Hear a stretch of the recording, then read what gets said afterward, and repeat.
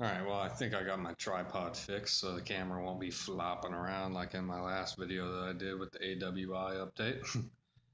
Oh man, sometimes these recordings are more trouble than they're worth here, but I enjoy sharing and discussing with others the work that they're doing and comparing ideas, etc., etc. But anyway, down in front, I have a 6 millimeter Bacchus Republican Roman army, and it's pretty much complete. I do have some more stands to do for regular infantry, though. I'm going to do some more Roriari. Actually, I don't have any yet, but Roriari and levies for the Roman Republic, and that will pretty much round out my force. In the back there, behind the Roman lines, I do have some Italian hoplites, or hoplites, however you prefer to pronounce that.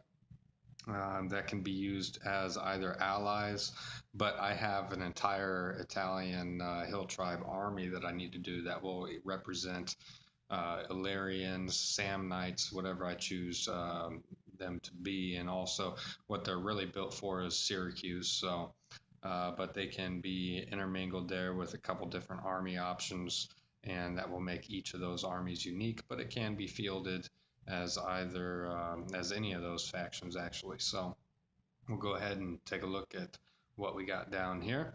Over to the right off camera, over here is the Principes, and in the middle with the red shields is the Hastati, and right here on the left, or our left, their right, is the Triari.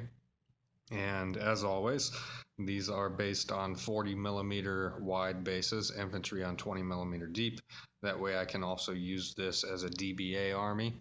I do play a lot of DBA, a couple different versions of DBA, and maybe one of these days I'll get into the big battle DBA. I'd like to check that out and see how that works as well. But anyway, so as of right now, these compositions of my regular infantry are illegal. I would have to take two of these stands of Triari out, and that would be a legal formation because you can only purchase, if I remember correctly, and I forgot to mention this. These are for Hail Caesar. That's mainly what I'm going to be gaming with these as Hail Caesar. I may venture into and out of other rule sets, but initially that's what I'm going to be using them for is Warlord Games Hail Caesar. So anyway, with that in mind, for every 2 pair of Hastati and Principe you buy, you can get 1 unit of Triari, and you have to purchase Hastati and Principes in pairs. So you would have to purchase these guys together as one, spending points for both of them. And then I would have to buy another pair of those right here. And let me see if I don't know if those were in the camera, but I would have to buy basically 4 units of these guys, 2 Hastati and 2 Principes. And that would allow me to purchase 1 unit of Triari. So that would be a legal buy right there in Hail Caesar. So in order for me to be able to use all 4 Triari that I have here, I'm going to pretty much have to double the amount of Hastati and Principes that I have here. So what I will be doing is I will be doing more Hastati and more Principes. So other than that, the Republican Roman army is complete, with the exception, of course, of, Gallic or Spanish allies or whatever, Numidian cavalry, whatever I may choose to throw in there at any time, which I already have those in a big pile of metal on one of my painting tables, so eventually I will get around to them. But if you want to take a closer look here at these guys, maybe I can just zoom in instead of manhandling these guys. Let's see. So there we go. There is the regular infantry right here. We'll take a look at the Principes first.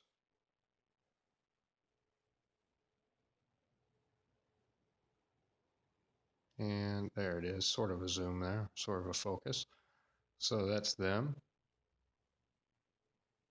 Let's take a look at their backside here.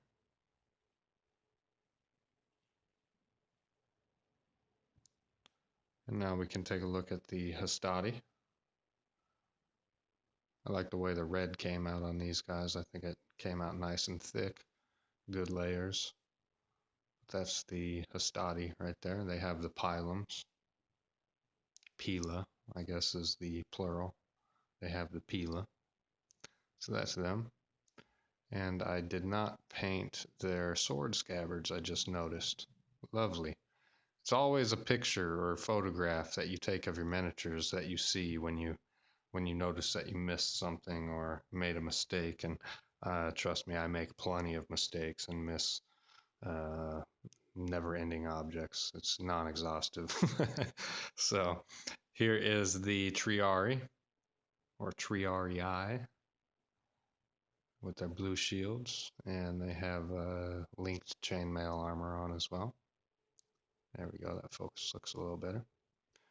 And I do use a different basing mixture for these guys. I like to have it in a kind of an arid look. So as opposed to my AWI and the Napoleonics, which I use, dark browns for the soil and bright greens for the grass, I use a tanner soil for these guys and a more drier looking arid form of grass, as you can probably tell. So you might have also noticed compared to my other videos where I use a grassland mat, this is an arid land mat from cigar box battle mats.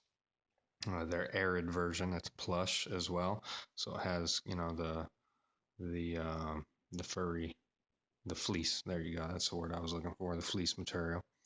And here is one of the commanding units that I have done. Let's see. Maybe I should hold them from the base there so you can see if I can get that sucker to focus.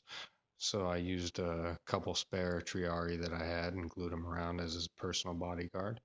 But that is one of the command stands, the generals. He looks pretty good.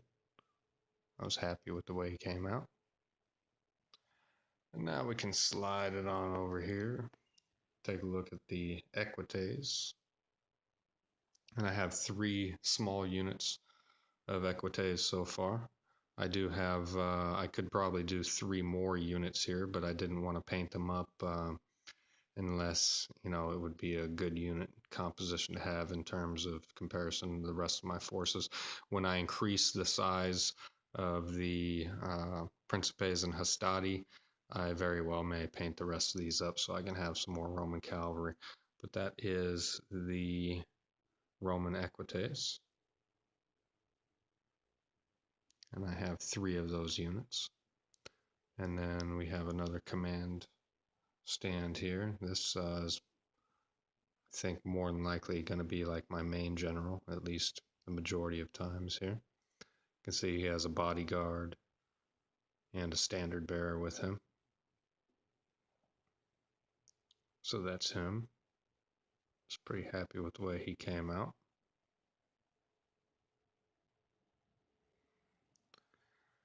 And then I have 7 stands. This was one full pack from Bacchus. 7 stands of velites here. And they are all based 7 to a base, with the exception of this base in front, which was 6 because, well, 40, there comes 45 in a pack, and I wanted to get as many stands as I could out of it and still have a good mix. I didn't want to put like 3 or 4 or 5 minis on a stand. I wanted them, to be uh, more endowed with miniatures than that, so I put them on there. So that's them. I did a mixture of gray wolf skins and a few brown wolf skins on there as well.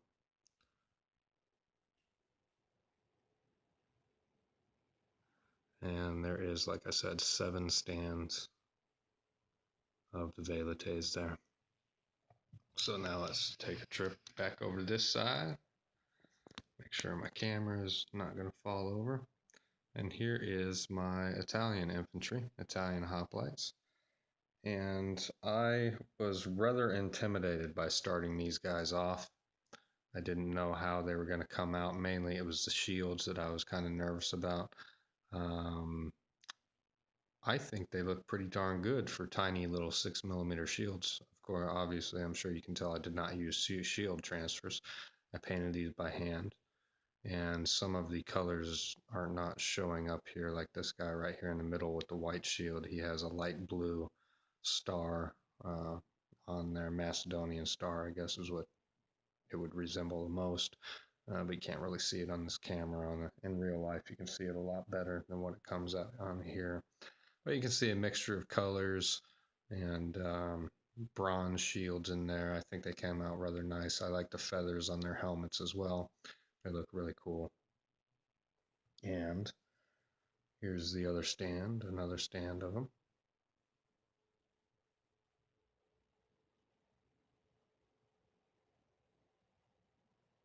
I guess I'll show you the back side of them as well.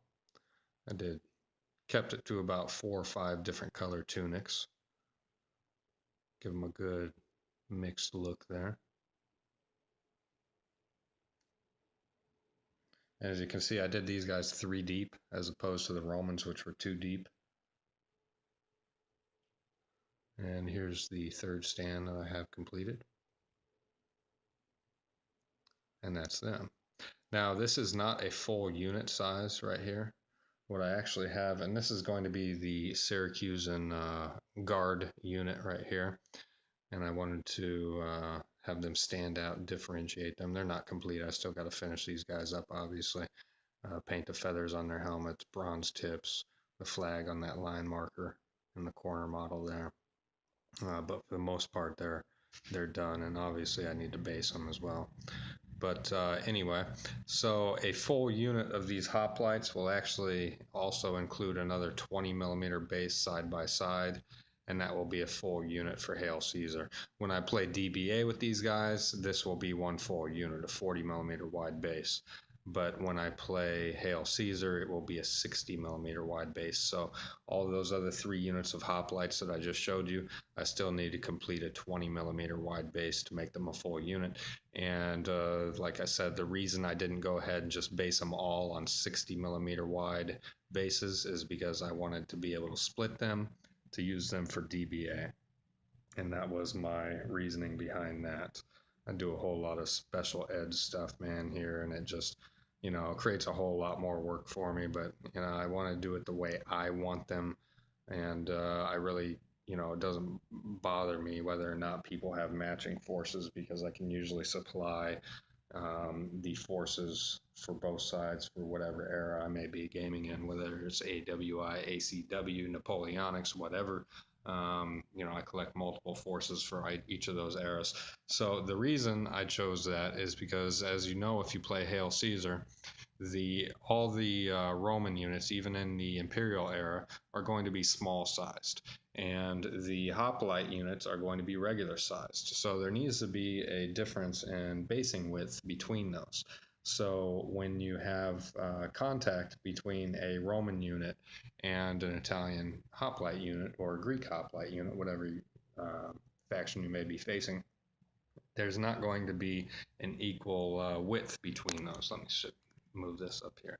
So that allows for the Romans, and this is where a lot of their strength comes into play here, is allows the Romans to get 2 small sized units into contact with this one regular sized hoplite unit. And, one Hastati unit by itself may find itself overwhelmed by the Italian hoplites, but if you throw in the second one, and that's going to change the game for the Romans, and that's going to give them a lot more hitting power, and they very well may find themselves slaughtering these Italians here with quick haste. And that is where the strength of the Romans comes into. So a lot of players look at it and see small size units and they don't see the benefit of doing that. But if you're basing your figures right and making them small, actual small width units where you can really jam those guys in there, you can have 2 Hastati units going up against that Italian phalanx, and you can still have your Triari in the back in support and adding even more combat weight into this combat.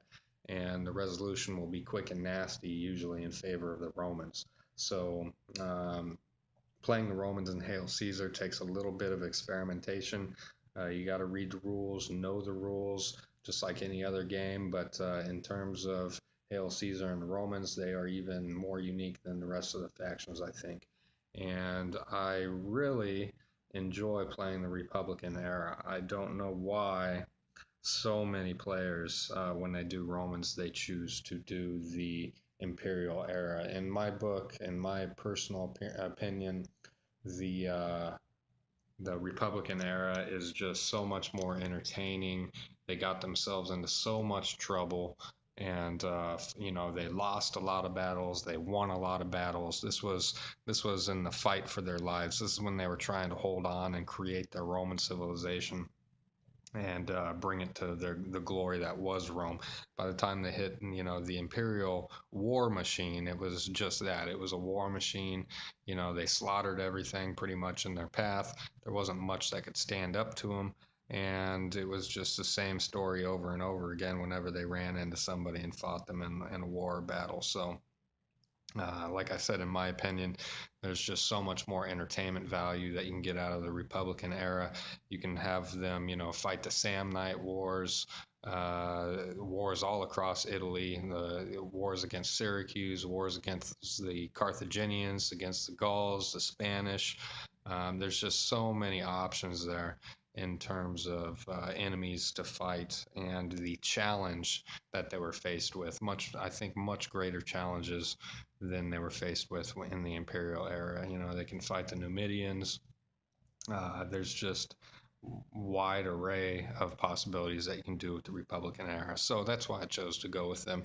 Maybe a couple of years from now, after I get all my 6mm stuff painted up, I may look into painting up an Imperial Roman army, but as of right now, I don't have it anywhere on my plans. So anyway, that is my 6mm Bacchus Republican Roman army. I hope you enjoyed it, and I will be doing another update here soon for another game that has to do with Rome. And until then, guys, take care and stay safe.